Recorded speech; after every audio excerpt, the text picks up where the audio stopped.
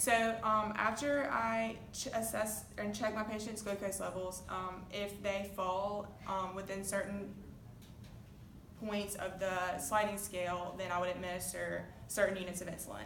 So for instance, using the Humalog sliding scale, if my patient's glucose level was anywhere between, starting at 150 to 200, I would administer 2 units of insulin, and then for every 50 points added to that, I would administer 2 more units of insulin. So from 150 to 200, 2, from 200 to 250, 2, and so, or 4, and so on. So let's say that my patient has needs 4 units of insulin. I would go into the medication room. I would get the bottle of insulin. That didn't happen. From the refrigerator, I would open it and clean the top. So for 4 units, if I only needed to use one type of insulin, I would draw back the 4 units. After I clean it, I'm going to insert the air and then draw back the amount of insulin that I need. If I needed to use 2 different types of insulin, intermediate and regular or rapid, I would clean both. I would draw back 2 units, let's say 4, and I need 2 units of each. I would draw back 2 units and insert 2 units of air into the intermediate acting. Pull back my needle, draw back 2 more units of air and insert it into the rapid. And then I would withdraw the 2 units of rapid. And then I would do the same for the intermediate. You always want to make sure that you do the rapid first, because you never want to mix the intermediate or the rapid with the intermediate, get any of the intermediate in the rapid.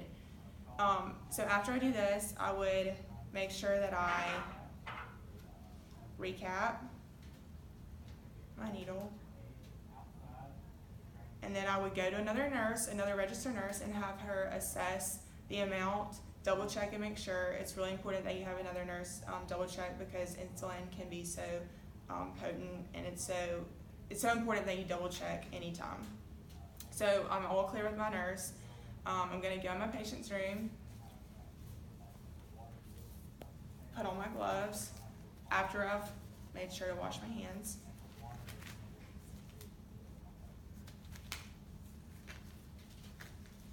Hopefully my gloves won't be this difficult to get on.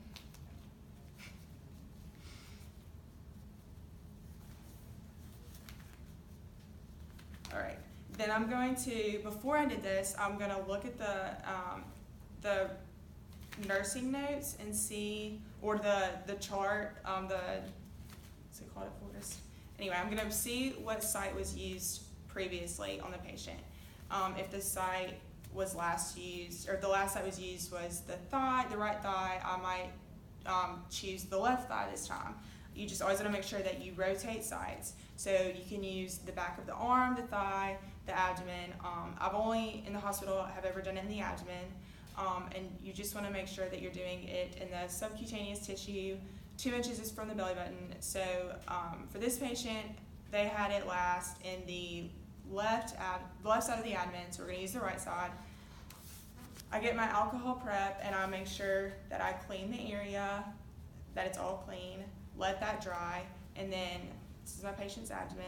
I'm going to remove the cap and insert.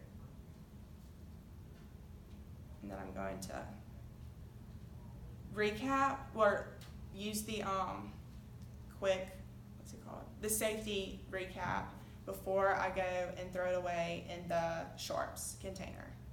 And then I would go back to the chart and I would make sure that I document the type of insulin that I administered, the dosage, the route, and the site. And that's all really important so that you can keep up with how much the patient's getting.